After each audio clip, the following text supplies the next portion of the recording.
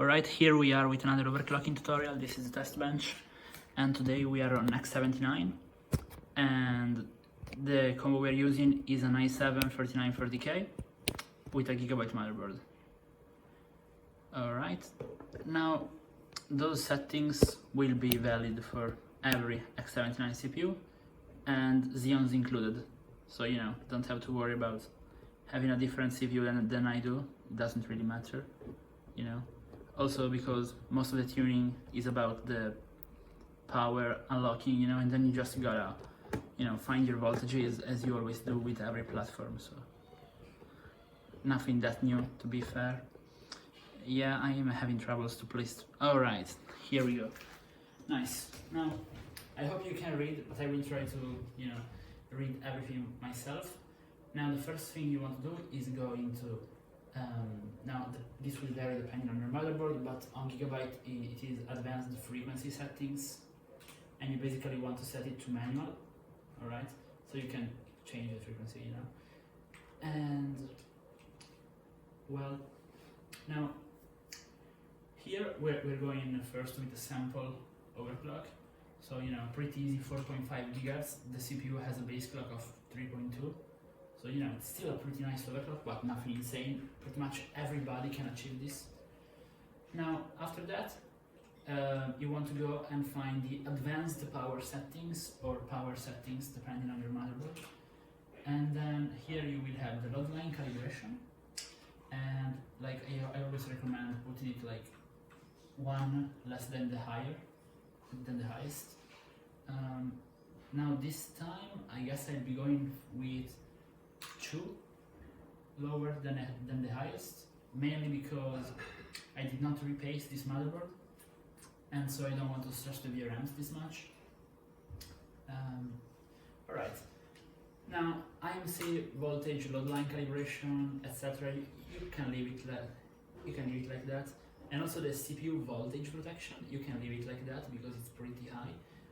Unless you have to go over 1.55 volts, then you won't need to change that. But on the current protection, there you want to input the max possible, right?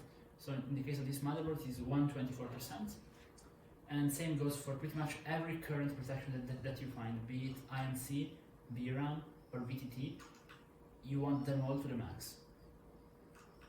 Now, thermal protection, you can leave that one in place. And now we go on the CPU core voltage control. Now, our B core, I recommend starting with 1.35 if you want to just copy my settings and have a working overclock. But now you should be able to do 4.5 with 1.3, alright, on most CPUs. If you have one of the 4 series, you might be able to get away with 1.275 or something like that. If you have a Xeon, even better. Now the CPU VTT, this is basically all the other components in the CPU, and you want to give this one a little bit of a bump, so 1.1, 1.15, alright? And then the PLL, good old PLL, this is the last platform in which you need to change this one, because on next X79 you don't. And on this one, well, you can be on the safer side. If you want to be sure that this one is not limiting you, just go with 1.9, since it's pretty safe, but 1.86 will be fine for most people, so I'm going with that. Alright, well, at this point we are pretty much done. We have our voltage set, our frequency set, and we can just hit F10 and have our PC work. But now, I'm just gonna overview a few more settings just in case, but this is all you need. Now, if your VRMs are really strong, you might want to up your load line calibration. Same goes if you have a weak power supply, you may want to go higher on your load line calibration. And if you have a really nice power supply, you might want to go lower, and if you have a really good motherboard, you might want to go lower. And if you want to take the strain off the motherboard, go lower with load line, alright? That will basically overvolt your CPU more, but will have the motherboard be way cooler. Alright, now we have a few more voltages here, And around the VTT, I recommend going upwards to 1.2, and the PLL, okay, 1.9. You might want to go a little bit higher if you're going there just for bench purposes. And now the V-core. Alright, now I personally feel comfortable with going up to like 1.4 and even 1.45 to be fair, if I have adequate cooling.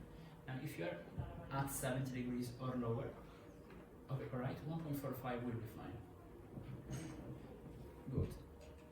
Now here under chipset voltage control, we have a few other voltages, which is the PCA, PCH core and PCIO.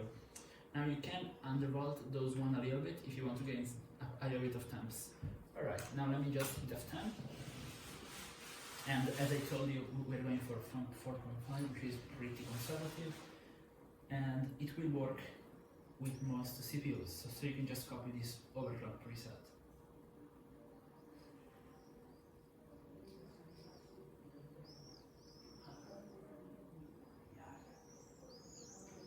X79 is still pretty slow to boot even though you have an SSD.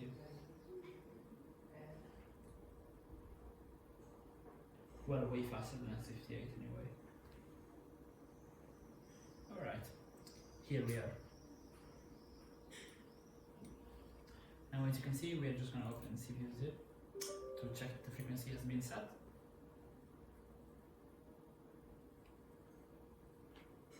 And so here we go, 4.5. And we can also run a quick test. And as you can see, we are at around 3,330 on the multi-thread. And then on the single thread, you know, we should be, yeah, as I was expecting, around 420 to 430.